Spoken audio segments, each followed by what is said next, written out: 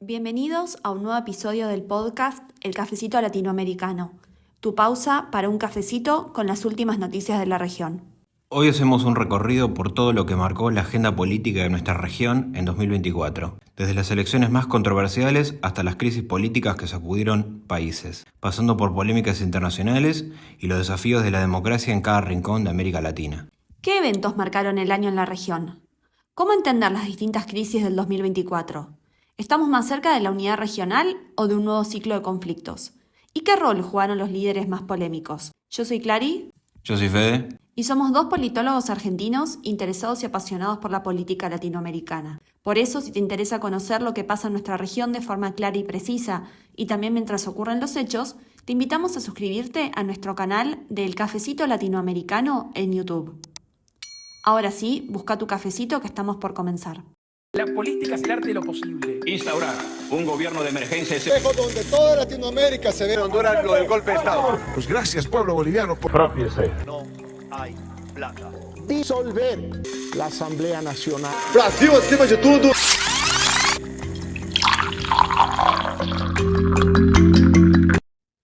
Entonces, Fede, este año ha sido muy movido en la política de nuestra región.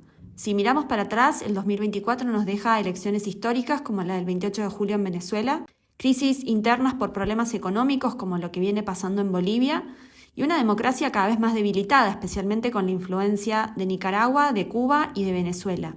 Y, al mismo tiempo, todas estas democracias débiles se encuentran en la misma región que una de las mejores democracias del mundo como es Uruguay y que también tuvo elecciones y que también fue uno de los países protagonistas en este 2024. Entonces, te hago esta pregunta, en vistas de todo lo que pasó, ¿cómo podemos analizar las distintas elecciones que ocurrieron este año en América Latina? Este año hubo elecciones presidenciales en El Salvador, Panamá, República Dominicana, México, Venezuela y Uruguay. De todos estos países, la única democracia plena es Uruguay, en donde Yamandu Orsi le ganó en segunda vuelta a la coalición de centro-derecha encabezada por Álvaro Delgado. Los otros países que mencionamos, por el contrario, varían entre democracias híbridas o débiles, o bien, como en el caso de Venezuela, que perdió el estatus de democrático. Bueno, uno de los países en donde la democracia más se debilitó es precisamente El Salvador, y fue justamente a raíz de estas elecciones del mes de febrero de 2024 que vos mencionabas, ¿no? ¿Qué pasó ahí en El Salvador y por qué la democracia se viene debilitando en el país?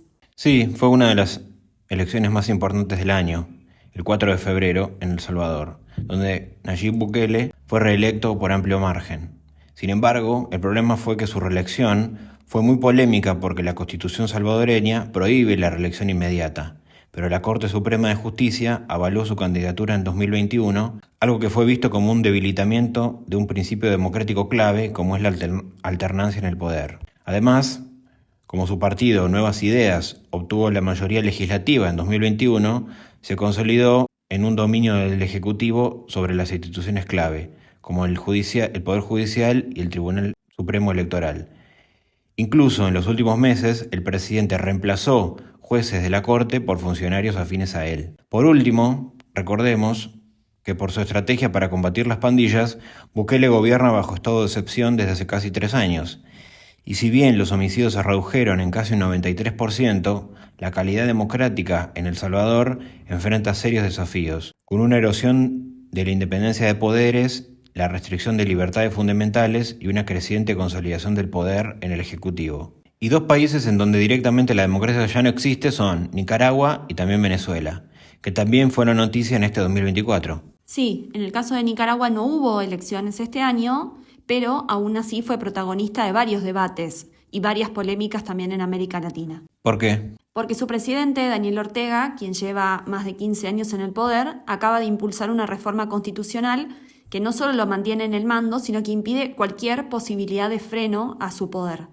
Recientemente, una reforma constitucional propuesta por el régimen de Ortega busca profundizar aún más este control, prohibiendo partidos opositores, concentrando el poder electoral en el Frente Sandinista y criminalizando cualquier forma de disidencia bajo el delito de traición a la patria.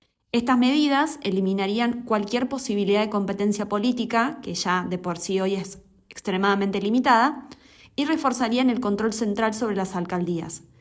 Aunque organismos internacionales como la ONU y la OEA han condenado estas acciones, la realidad es que la capacidad de respuesta de estas organizaciones está limitada por el principio de soberanía estatal, que ya tanto hemos hablado, pero también por la retirada de Nicaragua de la OEA en el año 2023. Esto deja al país en un aislamiento político, con una creciente diáspora de exiliados y al mismo tiempo un régimen que continúa consolidando su poder sin ningún tipo de restricción. Recordemos, como hablamos en uno de los capítulos hace algunas semanas, que Nicaragua es un país con un pésimo desempeño en calidad democrática, con una calificación de 2.7 sobre 10, lo que lo ubica como un régimen autoritario, y un puntaje de 19 sobre 100 en libertades según Freedom House. Hoy el panorama en Nicaragua muestra elecciones sin oposición, represión sistemática y una alarmante violación a los derechos humanos. Y claramente, en el año 2024, en vez de haber mejorado, la situación política en Nicaragua sigue empeorando.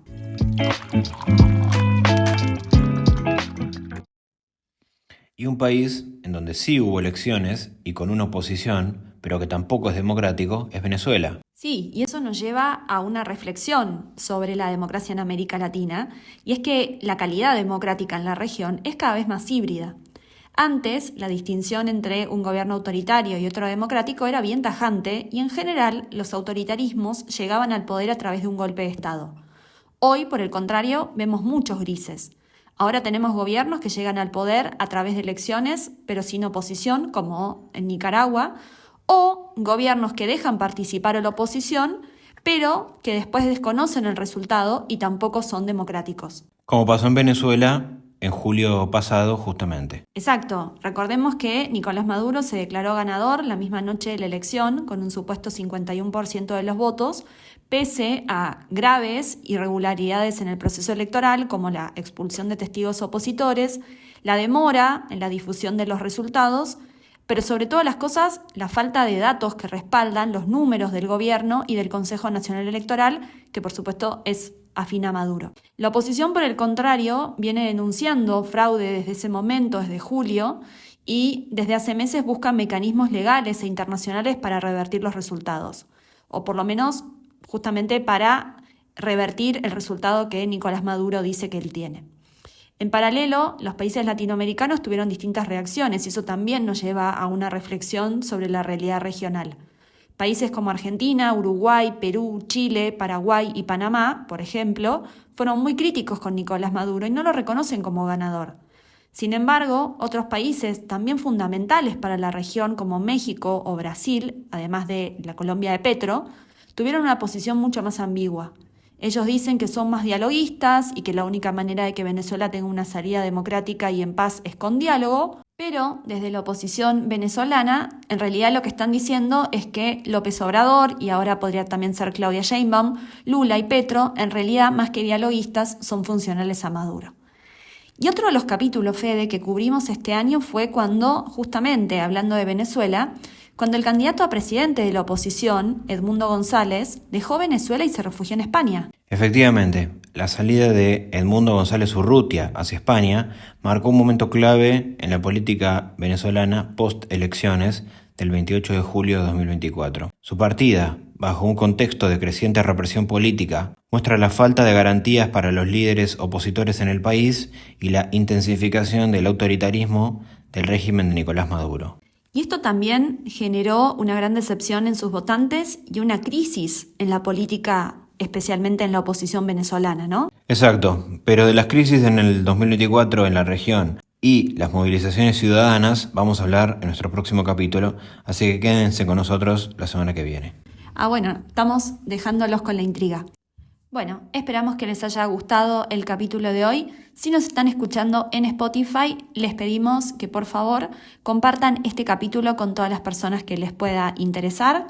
Y en YouTube les pedimos que se suscriban, que hagan clic en la campanita para que te lleguen las notificaciones, que les den me gusta al video, un comentario y hasta la próxima.